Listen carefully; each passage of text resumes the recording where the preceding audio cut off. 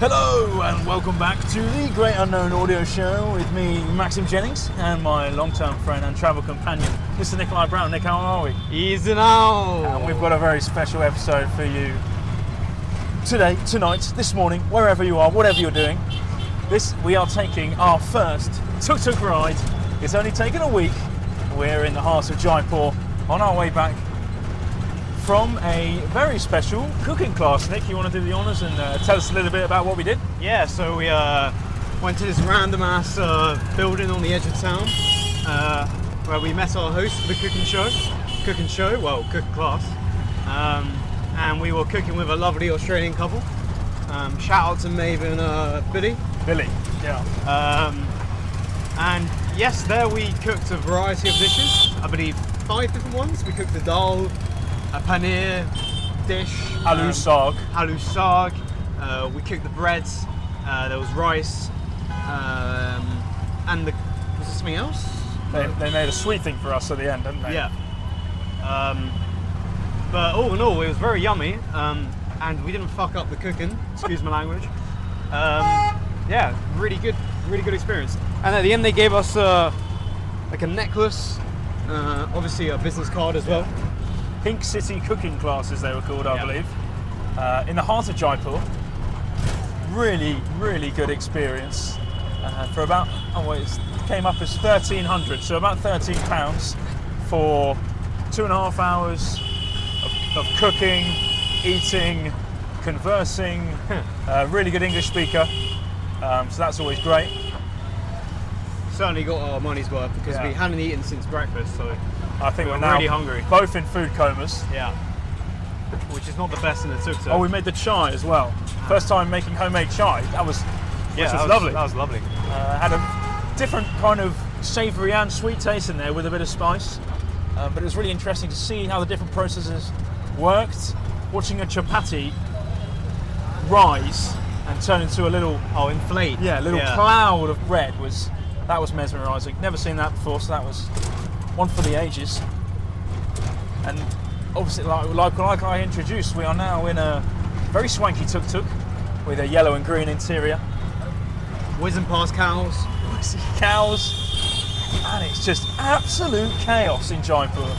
Like I said in the previous episode, 10 million people living here. Probably everyone and their granddad owns a motorbike at least. Yeah. So it's absolute chaos. No time for peace and serenity in Jaipur. It took us about an hour and a half to get into the city, about 10 miles out. Yeah. And Maxim earlier went to a garment shop and bought a very nice silk shirt. Silk and cashmere, actually. Which I'm very happy with. A nice dark print on it, which I was measured. It's been tailor-made for me, and it should be at the hotel when we get back, I hope. Oh, really? That's what they said. It should be back for this evening. So I'm very excited to try on my shirt. I've never worn anything silk before, let alone silk and cashmere, so I'm really excited to try it on. Hopefully it fits all right. The tailor was taking my measurements in Hindi, thankfully, so I didn't know how much weight I've gained in the last year or so. And tomorrow we are still in Jaipur. We're going to do a bit more sightseeing. After seeing the royal gardens today, where the King and Queen of Jaipur the most recent King and Queen of Jaipur got married. Maybe they reside there as well, I don't know. I've never heard of the Jaipur royal family. No.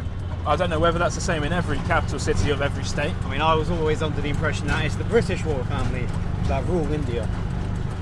Still not in the Commonwealth. Was that a while back? I think it was a while back. Yeah, I think so. Obviously, history has maybe altered. Yeah. British movements a bit. Wow. So, more sightseeing tomorrow. Look at this. And we are at this is a supposed roundabout. So it's worth saying that Jaipur is the pink city. Old Jaipur. Old Jaipur. Oh my god. Jesus fucking wept. It's about 7:45 at night. I presume that's prime time. This is pink Jaipur. This is old Jaipur. Yeah. So usually you can order the tuk-tuks through Uber, but because we were going halfway across the city, most of the Uber tuk-tuks drop out. So the gentleman who was running our cooking class came out, bartered with a few of the boys, and third time lucky got us a tuk-tuk. For approximately, I reckon it must be a 20-minute ride. It's coming to about 150 rupees. Absolute bargain. There's a gentleman in the road who is not looking where he's going. Ah, we go past. Oh, some flashy building.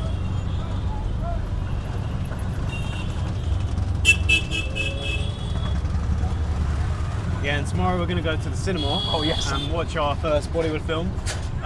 It's called Fighter. Out in cinemas now. It is basically a rip-off of Top Gun. But it's Indian Top Gun. Yeah. And my dear friend Aryan Shah recommended the film. He's coming to join us in a couple of weeks' time. Bollywood movie expert. Yeah. So hopefully it should be really good. And I think we're going to go watch it with our man Sonu. Yeah, one of our last days with Sonu, unfortunately. But he suggests that we get some Coke from the cinema and then just pour a bunch of whiskey in there so it make the film becomes even more enjoyable. So usually in the tuk-tuk we've seen up to at least 9 people, including small children in here. There's no seat belts. Lovely place to maybe have a drink, a little bar option. Yeah, if it doesn't spill. You're really up close with the action, and it really does take a lot of technical ability to drive one of these things, because you've got to know when to cut up the driver alongside you, or as Nick would say, jib or be jibbed. Yeah. And that culture runs highly throughout the whole of the country, especially when it comes to queuing. A sort of British delicacy, queuing.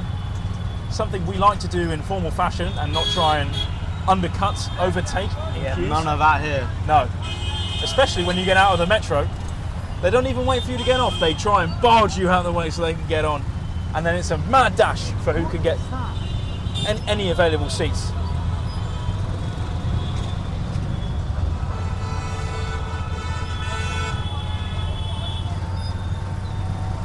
Oh, it's so close.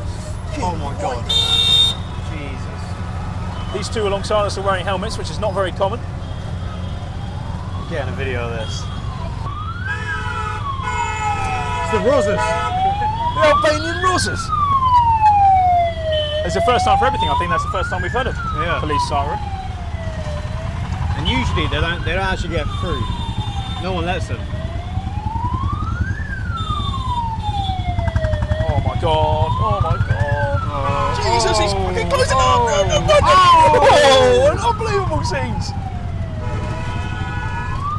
The Indian Max Verstappen there, taking no prisoners. Martin Brundle would have been proud of that one.